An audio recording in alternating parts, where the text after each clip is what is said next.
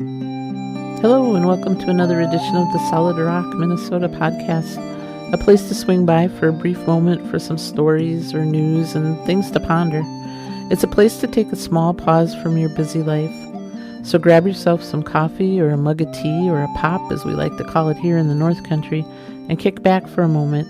Take a breather. It's hard to believe that this week is already Christmas week. I feel like I'm just getting finished putting the leftover turkey in the freezer from Thanksgiving. But here it is, getting almost to the end of December. We have snow on the ground now, and temps have already dipped into the below zero readings a few times in the past few weeks. And of course, it's dark by 4:30 or 5 o'clock now. I never quite know what I dislike worst in winter, the extreme cold or the early darkness over everything in the late afternoon. It remains a toss-up for me.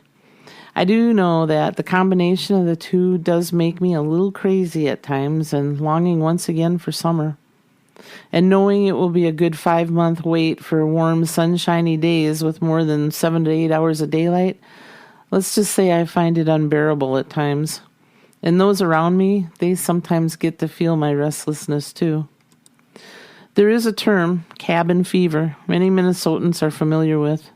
Defined in an article in Medical News Today, it states that it's the psychological symptoms that a person may experience when they're confined to their home for extended periods.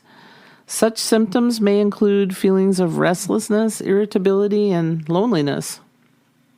Last year's COVID lockdown during the winter saw many people experiencing cabin fever at rapid rates. But it wasn't so much the weather keeping people shut in. It was that many things were closed and many people tried to follow the guidelines to stay put and not spread the COVID virus.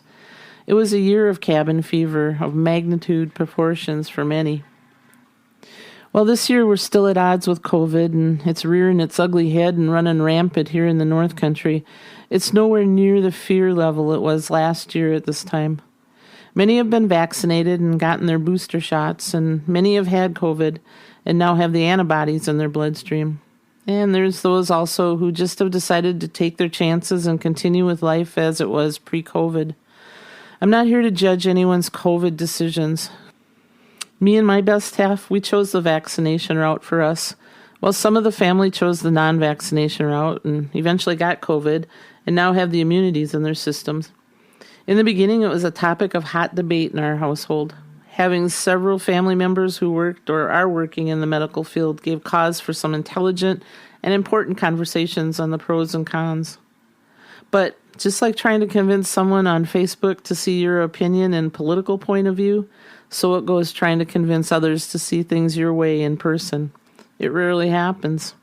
And that is where we've left it in our family. We all have our own facts and opinions we live by, but it just may not coincide with the thoughts of those of other family members. And for now, that's okay. But back to cabin fever. Usually around New Year's Day, the tree's taken down and the lights and decorations are put away, and we're chalking up another Merry Christmas for the books. A week or two will go by pretty uneventfully as the new year is upon us. And then it happens. 4:30 will come and it's nighttime. And it's around 25 below, and there's crunchy snow on the ground, and it hits me. I look out the window in the darkness, and I see the snow on the ground, and I feel the cold air coming through the door jamb. It's here, cabin fever. And it takes all I've got to drive those restless feelings away. Those desires to take a bike ride, load up the kayak and go fishing. Even a longing to mow the lawn and clean the chicken coop wrestles up into this restlessness. I have cabin fever. In attempts to bundle up and go outside and take a walk or go get the mail, I'm met with snot running into my scarf, my eyelashes frosting up with ice crystals on the ends of them, and my nostrils eventually sticking together because the snot is starting to freeze inside my nose. A walk down to the mailbox is more like moments of survival from a Bear Grylls episode. And 9 times out of 10, I manage to slip and take a dive in the driveway.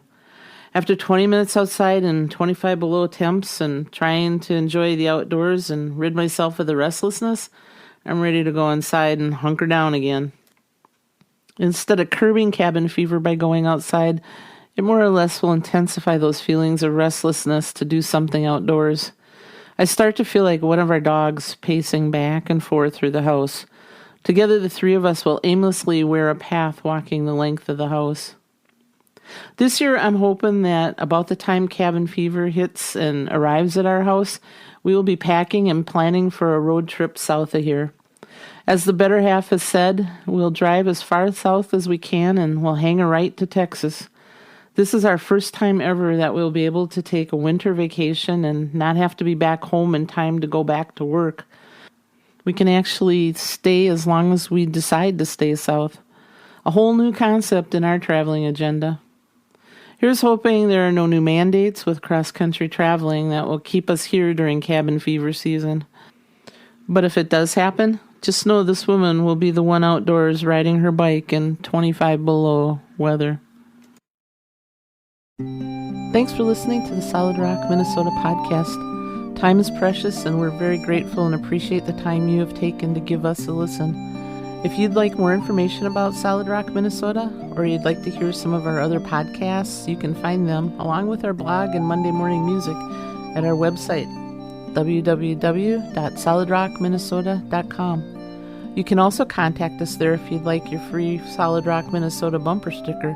Just message us a place to send it, and we'll pop it in the mail. Until next time, may you be filled with life, love, laughter, family, and friends, people who truly know you. Many blessings.